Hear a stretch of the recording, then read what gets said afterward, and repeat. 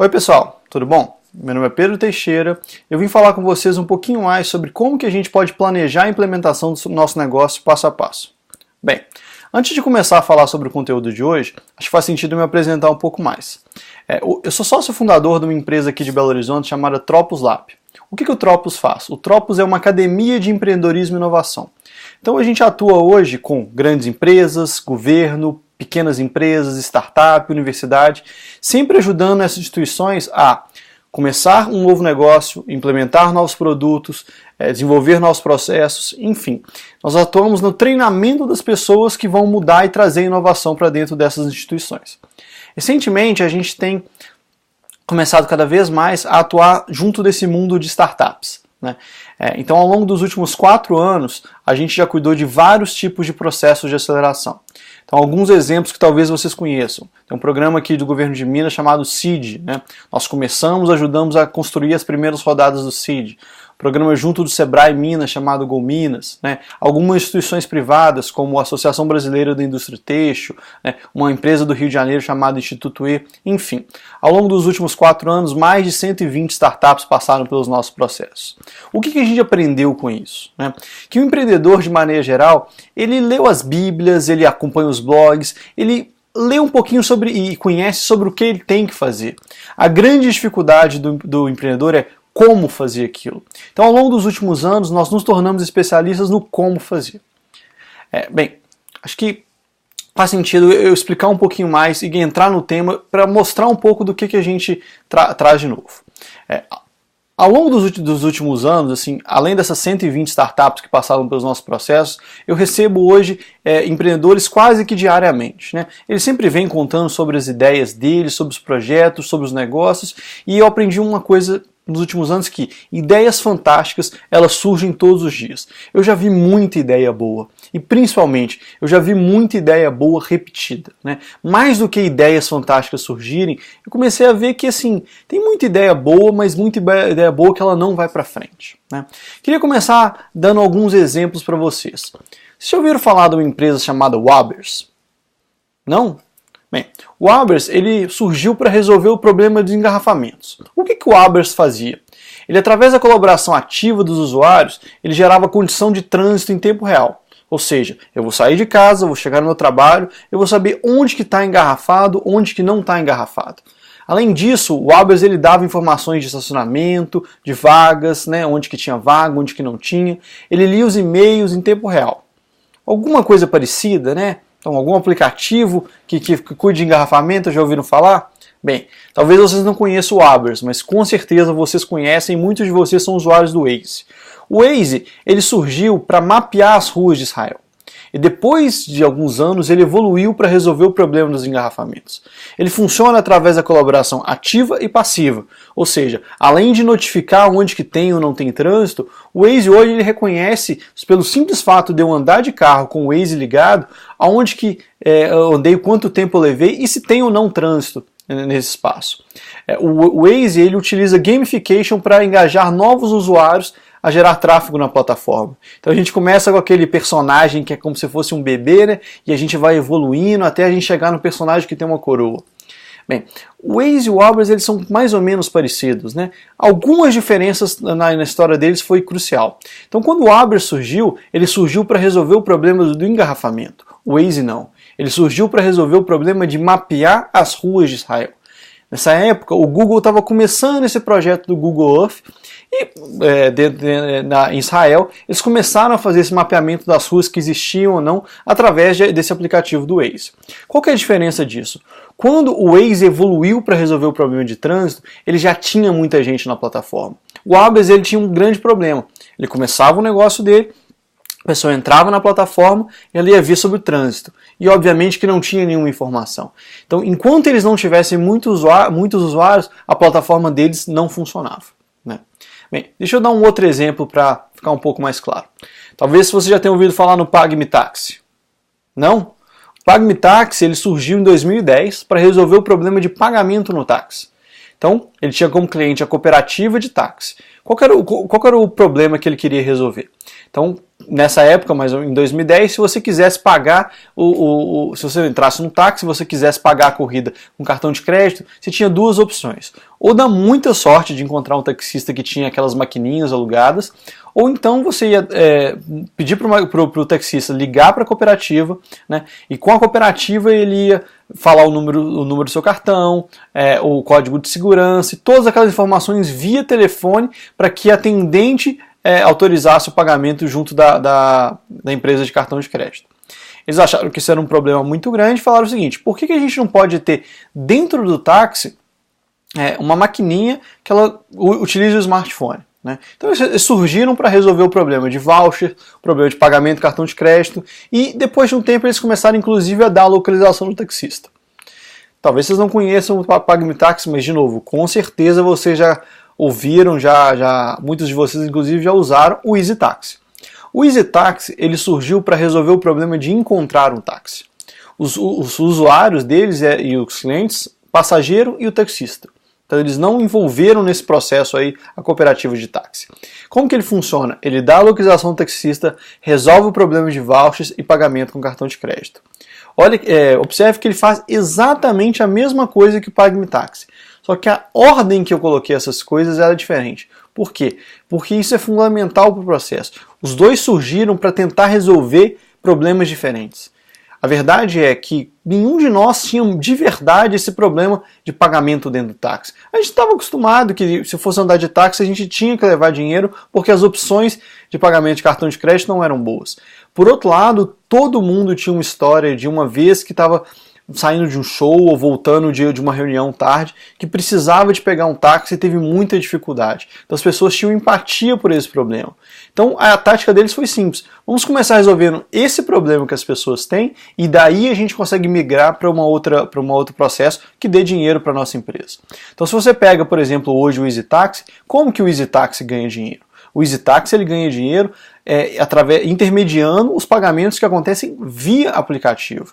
Então hoje, se você usa o EasyTaxi, você pega uma corrida e você paga em dinheiro, por exemplo, o EasyTaxi não ganha. Mas quando você faz o pagamento via aplicativo, eles ganham um percentual disso. Outro detalhe importante é que o EasyTaxi ele surgiu em 2012. Então imagina só, 2 anos antes surgiu o PagMeTaxi. E mesmo com 2 anos de vantagem, eles não conseguiram ganhar um mercado que logo depois a EasyTaxi provou que existia e provou que era um mercado inclusive muito grande. Né? Por que isso aconteceu? De novo, eles começaram resolvendo o problema errado. Né? Ninguém tinha um problema de pagamento de táxi naquela época, todo mundo tinha um problema de encontrar um táxi. Então pode parecer sutil, mas essa mudança de posicionamento fez toda a diferença entre o sucesso dessas duas empresas. Bem, o que eu queria falar com vocês é que hoje ideias são commodities. Então essa ideia de ter um aplicativo de táxi, por exemplo, ou um aplicativo de localização de trânsito, ou um aplicativo sobre caronas, um aplicativo para que te ajude a ver o tamanho da roupa, essas ideias elas são muito boas, mas elas surgem em vários momentos diferentes, sem necessariamente as pessoas estarem copiando. Por quê? Existe uma demanda comum que as pessoas percebem e por isso elas criam um negócio. Se ideia é commodity, hoje tecnologia ela também está virando commodity. Umas grandes empresas faladas hoje nesse mundo de inovação é o Uber. E você vai ver tecnologicamente o que tem por trás do Uber não é tão complexo assim. Não estou falando que não tem nenhuma complexidade, nem estou falando que eles têm uma tecnologia ruim. Mas não é o grande diferencial do Uber a tecnologia. Né? O grande diferencial do Uber é o modelo de negócio. Então hoje, cada vez mais, é mais importante a execução do que a ideia em si. Né? Então boas ideias com uma execução ruim, elas não vão para frente. Né? Ideias medíocres, mas com uma boa execução, ao longo do tempo elas pivotam, elas melhoram e elas viram provavelmente boas ideias se elas tiverem uma execução muito boa. Então hoje, execução é fundamental. E a metodologia do Customer Development que eu ouvi falar com vocês é sobre execução. Como você pode executar o seu negócio para garantir que você tenha sucesso e não todas as outras pessoas que têm ideias parecidas com a sua. O que a gente sabe hoje? Existe um dos grandes pesquisadores do mundo de startups chamado Steve Blank. Então Steve Blank ele é um professor hoje da Universidade de Stanford que ele, ao longo dos últimos anos ele vem estudando muito como que essa esse novo organização chamada startup funcionava e por que ela dava certo e por que algumas davam errado. O que ele percebeu? Que a maioria das empresas, elas falham não porque elas não conseguem encontrar clientes suficientes e não porque elas não conseguem desenvolver ou entregar o serviço prometido. Então vocês empreendedores aí que estão me escutando, eu não tenho a menor dúvida que se vocês se propuseram a entregar isso, a construir esse produto, construir essa plataforma, vocês vão conseguir fazer isso. A minha grande dúvida, a grande dúvida do mercado, a grande dúvida dos investidores que vão falar com vocês é: será que vocês conseguem encontrar clientes suficientes? Será que vocês vão conseguir vender? Esse é o grande ponto. Não se vocês vão conseguir ou não desenvolver o produto. E por que a maior parte das empresas elas não conseguem vender? Porque elas não se preocupam em entender o cliente. Elas se preocupam sim em desenvolver o produto delas. Então vou desenvolver o produto sobre o que eu acredito. É fundamental você entender o cliente, o que o cliente precisa, e a partir daí você começa a desenvolver um produto que atenda aquela demanda do cliente. Bem, quando a gente observa as empresas que dão certo, as empresas que dão errado, algumas parecem assim que elas quase são iguais, né? Minha empresa quase deu certo, né? O Pague-me Táxi, ele quase foi para frente, o Abas ele quase deu certo, né? Se ele tivesse mudado esse posicionamento. Esse quase, ele é um abismo que separa as empresas que elas dão certo daquelas empresas que dão errado. Por que isso? Quando a gente olha para esses exemplos, a gente vê que a ideologia que está por trás disso é completamente diferente, né? As empresas que deram errado nesse caso, elas estavam pensando no negócio deles, no que eles conseguiam construir. Aquelas empresas que deram certo, elas estavam com o olho no cliente. O que o meu cliente precisa? E isso é sutil, mas isso faz toda a diferença. Outra coisa fundamental que quando a gente começou a trabalhar com esse ecossistema de startup, de novos negócios, é que as metodologias que existiam até então, elas eram focadas em grandes empresas. Então, eu sou, por exemplo, minha formação, eu sou biólogo, acho que é uma história para o outro lado, como que eu vim parar nesse mundo de empreendedorismo, mas depois de um tempo trabalhando com empreendedorismo, eu resolvi fazer uma especialização em negócios. Então, sou especialista em negócios na Fundação Dom Cabral, aqui de Belo Horizonte. E durante essa especialização, eu tive contato com as grandes metodologias que hoje são usadas em grandes empresas. O que a gente viu? Que o que tem hoje em gestão, em geral, é baseado em grandes empresas, né? Então, no mundo de grandes empresas, o mercado é muito mais estável, né? Então você tem uma previsibilidade maior do que vai acontecer. E quando a gente está trabalhando com um novo negócio, o cenário é completamente diferente. No mundo startup, então, esse cenário assim, é completamente incerto. Um novo competidor ele pode acabar com o seu negócio de uma hora para outra, né? Uma mudança de humor do mercado, o cliente ele pode gostar ou não gostar de uma feature, de uma funcionalidade do seu produto, e isso ser a grande diferença entre o total sucesso e o total fracasso. Então, quando a gente está trabalhando com novos negócios, umas grandes sacadas do Steve Blank foi que novos negócios eles não são versões menores de grandes negócios, e por isso eles precisam de algumas metodologias próprias. Foi justamente por conta disso que ele começou a metodologia do Customer Development, né? Que ele vinha em contradição à metodologia que até então se trabalhava, que é o Product Development, né? Então o Customer Development, ou o desenvolvimento de clientes, ele veio em contraposição ao desenvolvimento de produtos. Como que cada uma dessas duas metodologias funciona? Até então, a gente usava muito sobre o desenvolvimento de produto, que ele parte do seguinte conceito. Então a primeira coisa que eu faço eu vou desenhar um conceito, então, porque eu quero como negócio, e a partir daí a gente desenha um plano de negócio. Então, imagina você que está do outro lado, se você já fez ou já viu um plano de negócio. Em geral, o plano de negócio ele é um planejamento detalhado sobre tudo que você vai fazer no seu negócio. Então, o que você vai vender, para quem você vai vender, quanto que você vai cobrar, né, o que você espera de receitas. Então todo esse planejamento ele é feito num plano de negócio. A partir do plano de negócio, o empreendedor ele começa a desenvolver o produto, né? Então ele vai seguir o que ele planejou no plano de negócio dele, passo a passo, começa a desenvolver o produto. Quando o produto está pronto ou semi-pronto, ele começa a fazer os primeiros testes. Teste alfa, beta, ver o que funcionou, o que não funcionou. Se necessário, ele faz pequenas modificações e quando tudo dá certo, ele lança o produto dele para o mercado. Bem, O que tem de inconsistências nesse processo? Primeiro, que tem muito pouca interação com o cliente. A primeira interação com o cliente ela vai acontecer no terceiro ponto, lá nos testes. Então você já tem todo o seu plano de negócio, o produto está quase pronto, aí você vai entrar em contato com o cliente para fazer os primeiros testes. E se o cliente não gostar? E se o que você estiver resolvendo do cliente não fizer sentido? Então você vai descobrir isso só muito na frente, depois que você já gastou tempo, já gastou dinheiro nesse processo de desenvolvimento. Outra coisa que é problemática é que o foco é no produto, né? Então, se você se propõe a construir o produto X, você vai construir aquele produto. E não necessariamente aquele produto que o cliente precisa, né? Se você foca no produto, você fica cego às necessidades do cliente.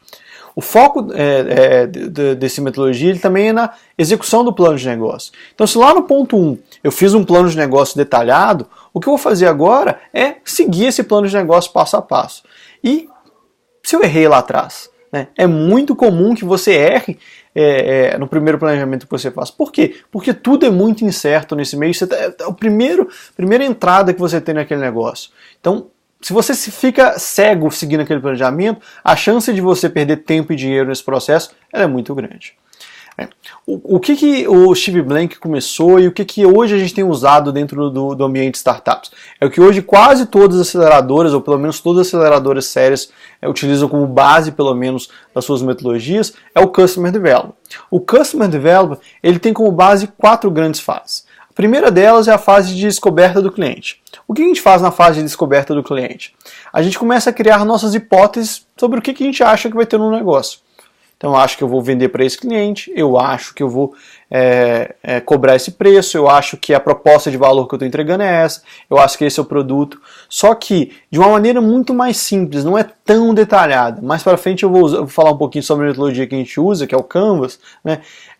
Você faz isso de uma forma mais simples. Por quê? Planejamento é essencial, mas se a gente aprofunda muito no planejamento nesse primeiro momento, a gente fica cego para outras coisas. Ainda dentro dessa fase, a primeira coisa que a gente faz é ver se o problema que a gente está resolvendo existe e depois ver se a nossa solução se ela resolve. Porque se o problema que a empresa está resolvendo não existe, não faz sentido nenhum vocês continuarem desenvolvendo isso, né? Passado por essa etapa de descoberta do cliente, que é a primeira etapa do customer, a segunda etapa é a etapa de validação do cliente, que é a etapa que a gente começa a vender. Então se desenha todos os processos de venda e começa a testar. Será que funciona via Facebook, via internet, via panfleto na rua? Qual que é o melhor canal? Quais são os melhores processos que funcionam para o meu negócio? Então, talvez algum negócio, um e-commerce vai ser fundamental. Em outro negócio vai ter que ter um vendedor batendo de porta em porta. Depende muito do estilo, enfim, do estilo de negócio, do mercado, do que está sendo construído ali. Só depois de feito isso que a gente passa para a etapa de criação do cliente. Na etapa de criação do cliente, a gente vai preocupar em escalar. Então, eu fiz isso, isso e isso, né? Então, meu processo, eu já sei que meu produto resolve, que o meu processo de venda funciona. O que eu preciso agora é fazer? Repetir isso em diferentes mercados, em diferentes localidades e fazer isso cada vez mais, né? É só nessa etapa quando chega nessa etapa, aliás, o empreendedor ele sabe exatamente se eu recebi hoje 1 milhão, onde que eu tenho que investir esse 1 milhão? Se eu colocar 1 milhão, eu vou investir 200 mil em Facebook e eu vou ter 2 milhões de retorno. Ele sabe exatamente qual que como que funciona essa engrenagem, né? Muitas empresas elas erram porque elas tentam escalar antes da hora. Às vezes elas não descobriram o melhor processo e tentam fazer aquilo ali em escalas cada vez maiores.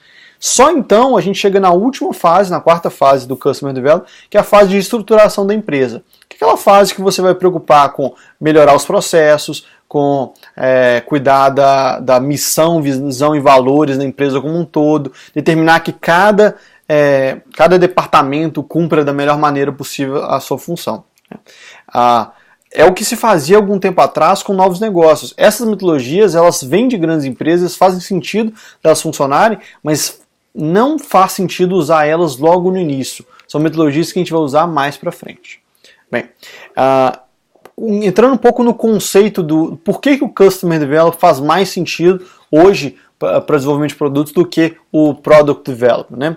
Primeira coisa, interação contínua com o cliente. Então, desde o dia 1, desde o primeiro contato, o empreendedor ele vai para junto do cliente. Então o cliente ele é parte da construção.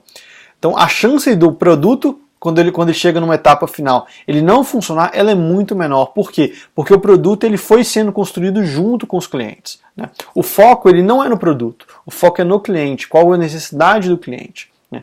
O foco também é na procura do modelo de negócio. Então se assume que no dia 1 você não vai ter certeza e não vai acertar tudo sobre o modelo de negócio. Então não faz sentido que você siga cegamente aquele planejamento que você fez no dia 1. Por quê? Porque ele está errado, né? Você não, com certeza você não acertou tudo que você ia fazer no dia 1. Então você vai mudando esse planejamento ao longo do desenvolvimento da sua empresa.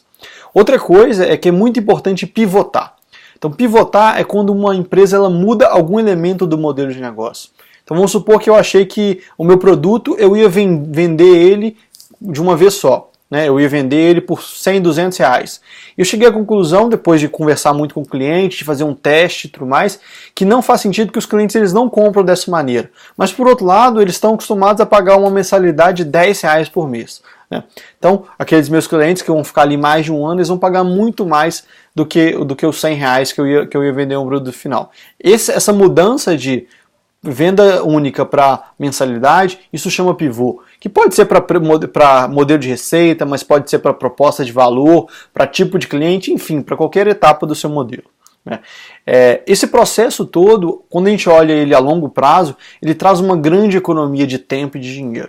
Então já cansamos de ajudar aqui startups que tinham colocado 100, 200, 300, 500 mil no negócio e não conseguiam vender. Elas não conseguiam vender por quê? Porque o produto era ruim? Não.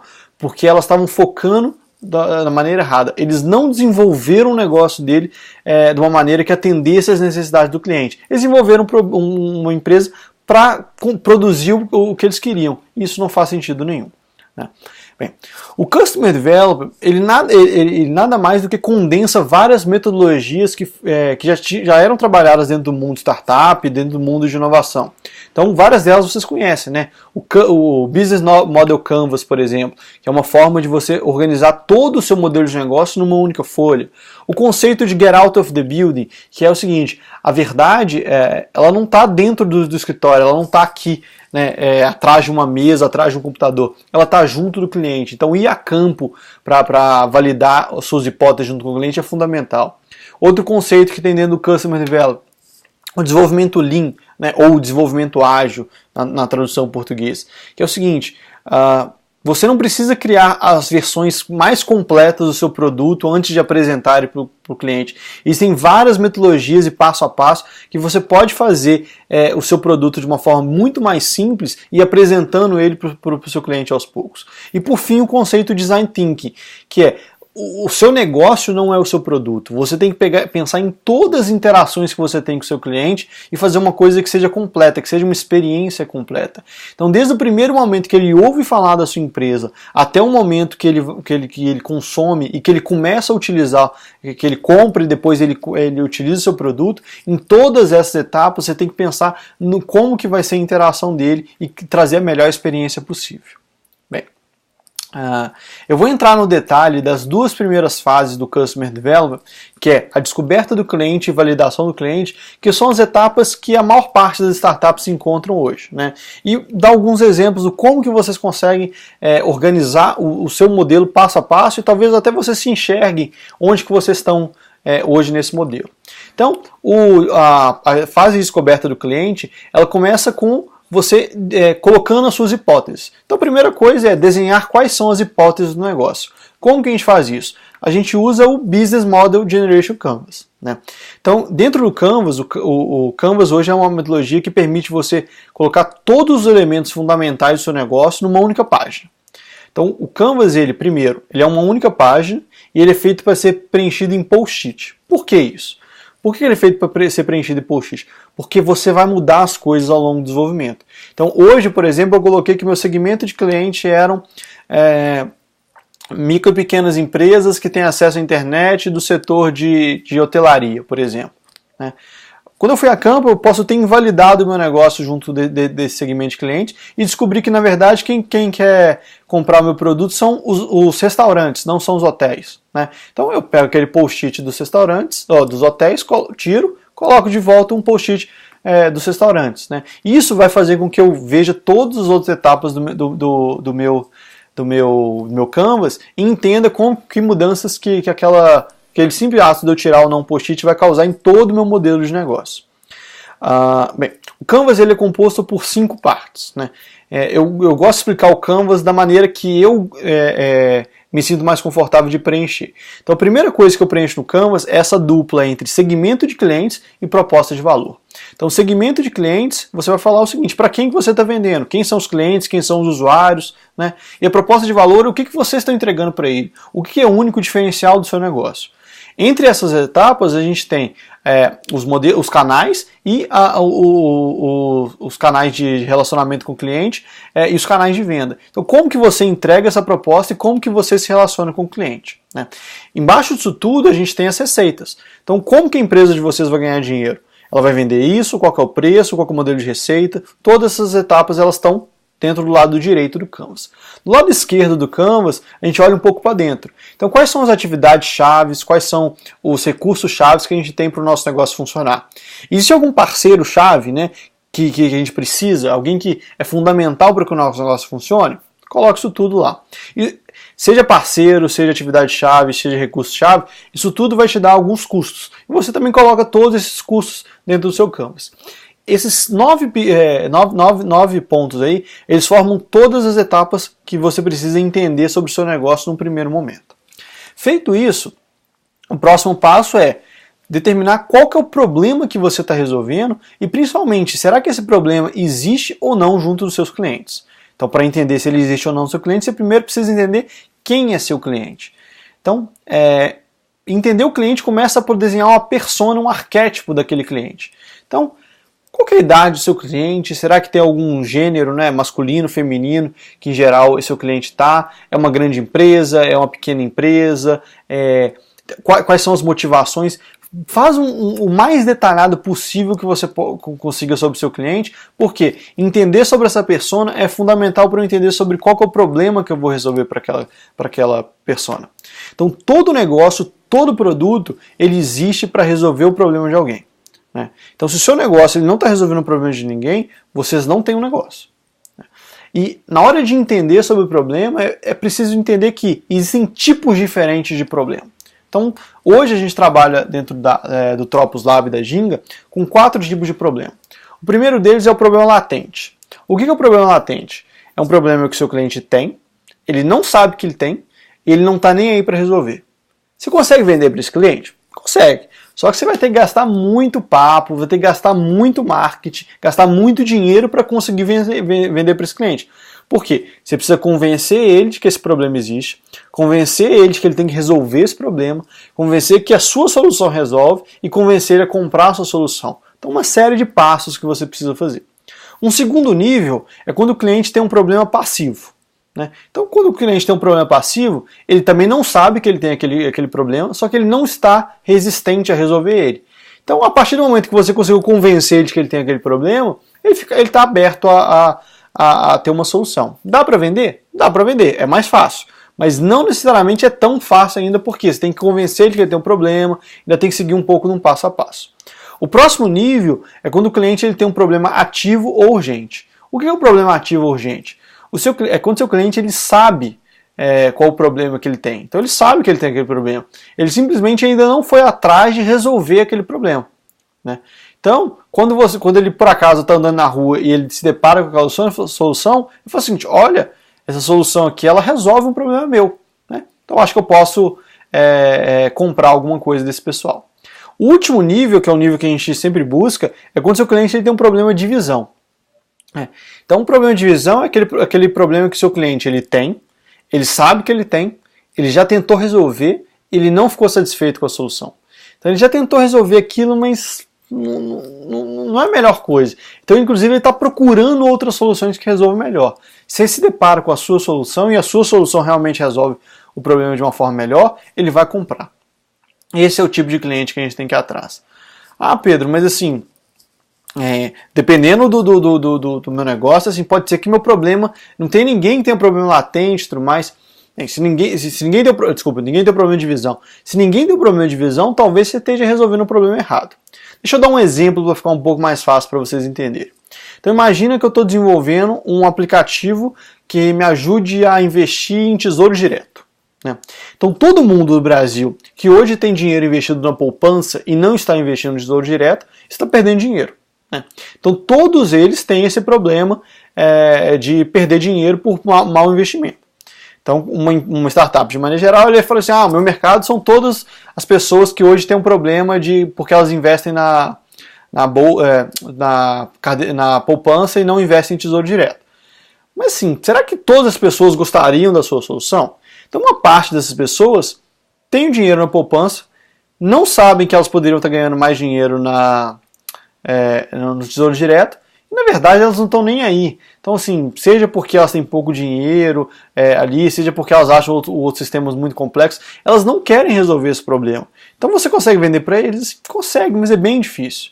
Tem um outro grupo que talvez tenha até o dinheiro ali, não sabia, mas assim, na hora que você mostra para ele, fala assim, realmente, estou perdendo dinheiro. Acho que talvez faça sentido eu investir em tesouro direto e usar o seu aplicativo que faz isso. Tem algumas outras pessoas, que talvez seja o caso de muitos de vocês, que sabem que vocês estão perdendo dinheiro. Só que vocês nunca foram atrás de resolver aquilo, né? Então talvez por achar muito complexo. Então a partir do momento que alguém te apresenta aquela solução e mostra o quanto que é fácil usar um aplicativo para ver, você fala assim, nossa, acho que eu não tinha pensado, mas eu vou atrás dessa solução. Agora, com certeza vocês conhecem alguém que tem uma série de planilhas diferentes, que controla, que tenta ficar fazendo cálculo do dinheiro dele, de onde que está investido e tal, e está perdendo um dinheirão nesse processo, né? E não está satisfeito porque aquelas planilhas tomam muito, muito, muito tempo, e vira e mexe ele vê, nossa, eu podia ter investido nisso e não sabia. Esse é o cliente que tem um problema de visão. Por quê? Porque ele foi atrás de uma solução, que foi a planilha de Excel dele, não ficou satisfeito com ela e está atrás de alguma outra solução. Bem, feito essa etapa que assim, é a principal de você descobrir o problema, descobrir se realmente tem pessoas que têm aquele problema, entra na fase de desenhar a solução de vocês e principalmente testar essa solução, se ela faz ou não sentido, né?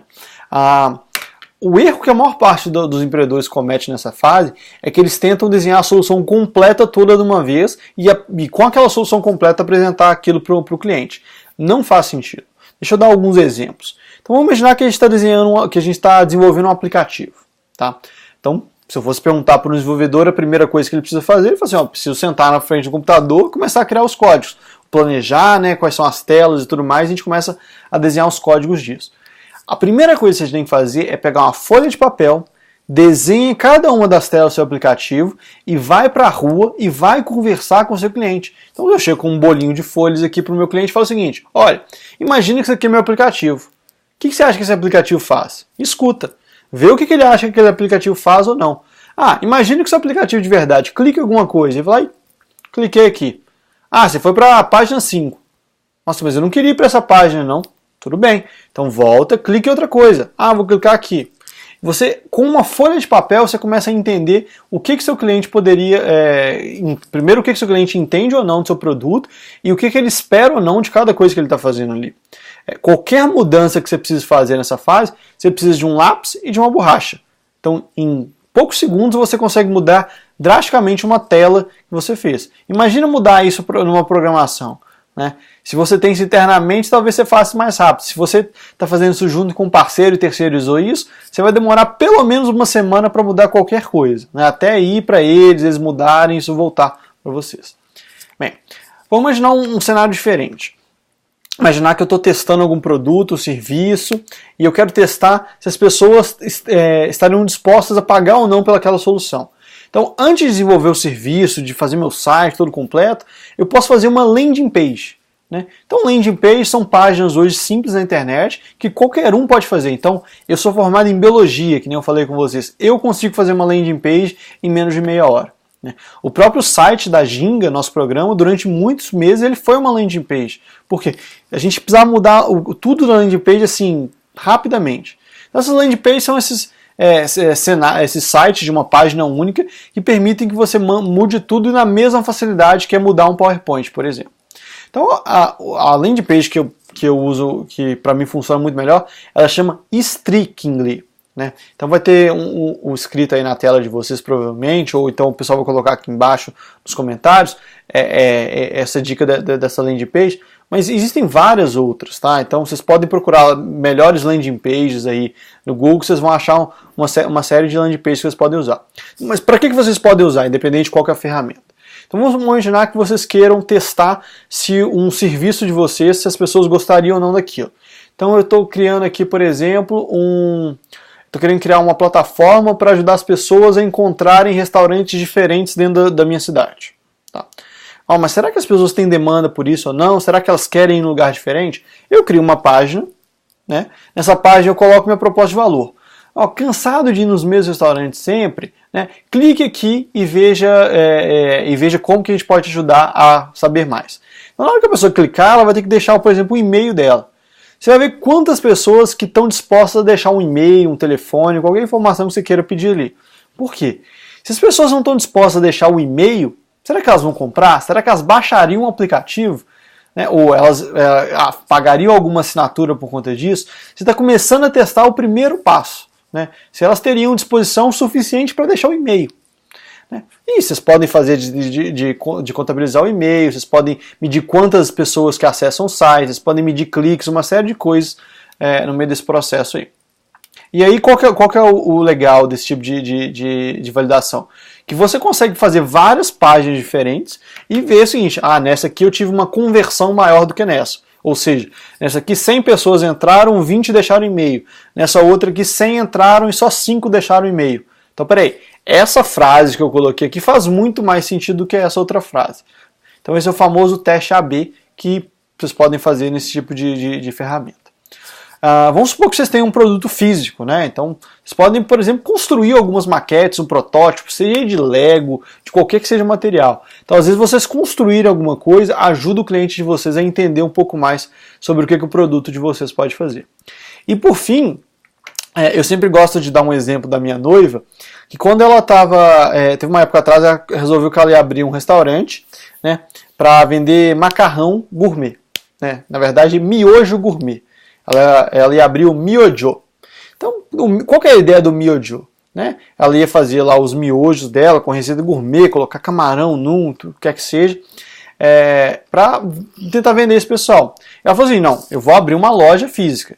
Então aqui em Belo Horizonte tem um bairro chamado Savassi, que é um dos bairros mais comerciais. Ela falou assim, vou alugar uma loja na Savassi, construir meu restaurante lá, o miojo, e ver se funciona ou não. Eu falei assim, quanto que deve estar um aluguel na Savassi hoje? Né? Quantos milhares de reais que está isso? Falei, por que a gente não faz um pouquinho diferente? Você pega no bairro que você trabalha hoje, ela já tinha uma loja no bairro, chega nas lojinhas em volta, dá mais ou menos 10h30, 11 horas da manhã, passa com um cardápio falando sobre quais os pratos que o miojo vai vender. Vê se você conseguiu vender um ou outro, se a pessoa gostou ou não gostou daquilo. E à medida que você for, que as pessoas forem experimentando, ver se elas gostam ou não, aí você vai expandindo. E seu primeiro negócio quase que de quentinhas ali, né, de prato feito e tudo mais, ele pode virar um bike truck, depois um food truck. E se isso tudo der certo, ele pode evoluir para uma loja na Savassi. Né? Por que esses testes eram importantes? Porque pode ser o seguinte, que ela falar que ela vendia miojo gourmet é uma coisa que não faz sentido nenhum, porque o cara fala assim, miojo é uma coisa barata, né? Miojo eu sei fazer, o que é esse negócio gourmet? Mas talvez ela falar macarrão instantâneo gourmet faz muito mais sentido. Ou pode ser que as pessoas adorem esse lance de miojo gourmet porque é uma coisa diferente. Então, esses testes, essas hipóteses todas que a gente tem, ela vai conseguir testar isso de uma forma muito mais barata. Bem, feito isso, quando a gente chega na quarta etapa aí dentro da descoberta do cliente, a gente já testou, já desenhou nossas hipóteses, a gente já testou que o problema existia, testou o problema, descobriu que ele existia, testou a solução, descobriu que ela existia, e aí a gente tem uma mudança. Então a gente vai decidir se faz sentido continuar ou não com o negócio. Se esses testes todos que a gente fez, eles foram positivos, vamos continuar. Se não for, a gente tem que voltar e mudar alguma coisa do nosso modelo até que a gente consiga encontrar um problema que realmente é uma dor para o nosso cliente e uma solução que resolva esse problema. A próxima etapa de validação do cliente, a gente vai começar a estruturar as fases de venda. Então o que a gente precisa fazer nessas fases de venda? A gente precisa preparar todo o material de venda, desenhar o processo de venda e ir para a rua e começar a validar se esse processo faz ou não sentido. E para isso a gente usa o funil de vendas. Então, o funil de vendas que a gente trabalha, ele começa, aliás, ele é dividido em 3 grandes etapas. A primeira etapa do funil é a etapa de aquisição de clientes. Então, nessa etapa, eu vou preocupar em como que eu vou ganhar novos clientes para o meu negócio. A segunda etapa é a etapa de manutenção dos clientes. Ou seja, como que eu vou manter aqueles clientes que já fizeram a primeira compra satisfeitos para que eles continuem comprando. E a última etapa é de crescimento de clientes ou crescimento de receita, né? Dependendo da tradução que a gente faz. Que é como que eu consigo vender mais para aqueles meus clientes e fazer com que aqueles clientes me tragam outros clientes no meio do processo. Então, na etapa de aquisição, a gente tem 4 grandes fases. A primeira fase de consciência é quando o cliente ele tem o primeiro contato com o seu negócio. Né? Então existe esse produto, ele resolve isso. Primeira etapa, você quer que simplesmente ele saiba que você existe. Na segunda etapa, que é a fase de interesse, ele começa a ter dúvidas, ele começa a perguntar onde que vende, quanto que custa, né? Quais são os benefícios, o que ele faz, ele começa a entender um pouco mais sobre o seu produto. Na terceira fase, que é de consideração, ele começa a comparar o seu produto com outras coisas e começa a fazer na cabeça dele as contas, será que vale ou não vale a pena comprar? Então, peraí, eu tenho esse produto, ele custa tanto, se eu poderia comprar um outro produto parecido que custa X, os concorrentes são esses, quanto dinheiro que eu tenho no bolso. Ele começa a considerar fazer a compra. Só então ele realiza a compra. Esse processo aí ele pode demorar de poucos segundos a muitos anos. Né? Então, se eu estou comprando uma casa, desde o primeiro momento que eu começo a entender sobre quais são os tipos de imóveis que tem, quais são as empresas, até o momento da compra, isso pode demorar anos. Por outro lado, se eu vou fazer uma compra por impulso dentro do supermercado, nós passamos por essas 4 fases. A gente passa nessas 4 fases durante segundos. O que a maior parte das empresas erram é que elas param o funil de vendas no processo da compra. Né? E elas esquecem a etapa de manutenção e crescimento de clientes. Por que isso é muito ruim?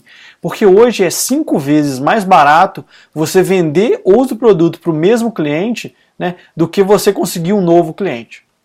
Então, se preocupar com a manutenção dos clientes é fundamental. Nessa etapa, a gente preocupa o seguinte, será que o cliente está satisfeito? Será que o meu cliente ele sabe usar o meu produto? Né? Será que eu tenho algum programa de fidelização? Será que as dúvidas do meu cliente estão sendo satisfeitas? Então, várias ferramentas ajudam a você pegar o seu produto e fazer com que o cliente use. Vamos voltar de novo para o mundo de software, mundo de aplicativos. É muito comum que vários aplicativos, vários softwares morram, por quê? Porque o cliente ele compra e ele não usa. Então, se ele não usa, ele para de ficar satisfeito com aquele produto. Então, pensa no seu exemplo, no seu celular aí. Quantos aplicativos que você já baixou e na última vez que você precisou de memória no seu celular, você começou a pegar todos aqueles aplicativos que você não mexia neles há 1 ano e jogou ele fora. O que esses aplicativos não conseguiram fazer? Eles não conseguiram te manter cliente. Né? Talvez algum desses aplicativos você tenha inclusive pagado alguma coisa, só que não fazia mais sentido você usar ele. Se essa etapa ela é feita de uma forma interessante, a gente consegue trazer o cliente para ele comprar outras coisas. Então, na etapa de crescimento de clientes, tem algumas etapas que ajudam a gente a vender mais para o mesmo cliente. A primeira delas é o que a gente chama de unbundling, ou fragmentação do meu produto. O que é importante nessa fase? É muito comum alguns empreendedores tentarem vender o produto com todas as funcionalidades de uma vez. Quebra, vende um produto que faz uma coisa muito bem. Porque se o cliente ficar satisfeito, você vende uma outra funcionalidade e assim por diante. Então as várias empresas que têm, por exemplo, hoje planos, né, o plano Free, o plano Premium, o plano Extra, Master, Gold, o que quer que seja, é por quê? Porque elas colocam funcionalidades diferentes em cada um desses planos. Então esse unbundling, essa fragmentação, permite que a gente faça uma outra etapa que a gente chama de upsell, que é migrar o meu cliente de um tipo de plano para um plano superior. Né? Outra etapa, outro tipo de ferramenta que a gente pode usar é o que a gente chama de cross-sell. Né? Então, venda cruzada. Então, muitas vezes você vai oferecer outros produtos ou serviços que são acessórios do produto ou serviço que o seu cliente quer comprar. Então, imagina um carro, por exemplo. Se você vai hoje numa concessionária e você compra um carro, A concessionária, ela vende o quê? Ela vende carros, esse é o negócio dela. Mas lá dentro você provavelmente vai receber uma oferta de seguro. Né? Por quê? Porque eles sabem que todo mundo que compra carro, muitas pessoas acabam comprando seguro. Então, essa etapa de cross-sell, eles ganham um percentual em cima disso. O final do nosso funil é uma parte que a gente chama de referência. Né? Quando o seu cliente, ele indica o seu produto para outro cliente. Então imagina só, uma venda que você faz que um cliente satisfeito indicou aquele produto. Né? Esse é o ideal que toda empresa busca. Por quê? Porque o marketing que você precisa gastar para essa etapa aí é zero. Esse cliente ele trouxe um novo cliente para você. Né? Então esse é o objetivo de todo funil de vendas. Bem, o funil de vendas ele termina a segunda grande etapa do Customer Development, que é a etapa principal que a gente precisa antes de preparar para a escala. Se você fez tudo bem feito até essa etapa, o que você precisa fazer agora é repetir esse modelo em vários outros ambientes. Então você fez isso agora em Belo Horizonte, você vai fazer isso aqui agora em Minas Gerais, depois no Brasil, América Latina e no mundo. Ou eu fiz isso no mercado X, agora eu vou fazer isso no mercado Y, Z e assim por diante. Por quê? Porque o processo inteiro está validado. Bem, eu queria terminar esse momento nosso falando o seguinte, não existe garantia de sucesso, independente da metodologia que vocês usam, tá? Só que existem formas de aumentar a chance do sucesso acontecer. O Customer Development e seguir esse passo a passo é justamente isso, né? Então, se vocês seguirem todas as etapas, não é garantido que a empresa de vocês vai dar certo. Mas assim, a chance de vocês darem certo vai aumentar drasticamente. Bem, o que eu tinha para falar com vocês hoje era isso, né? Obrigado pela audiência. Lembrando que para qualquer um que quiser entrar em contato com a gente, saber um pouquinho mais, é só entrar no nosso site, né? Então vou deixar na tela para vocês aí o meu contato. Então podem me mandar e-mail, podem entrar no site, conversar com a gente pelo Facebook, né? Então www.ginga.ae, vocês vão saber tudo sobre os nossos programas e qualquer um de vocês que queira discutir um pouco mais, trazer o negócio de vocês aí para a gente discutir, a gente está sempre aberto para isso, tá bom? Então muito obrigado e a gente se vê em breve. Tchau, tchau, pessoal.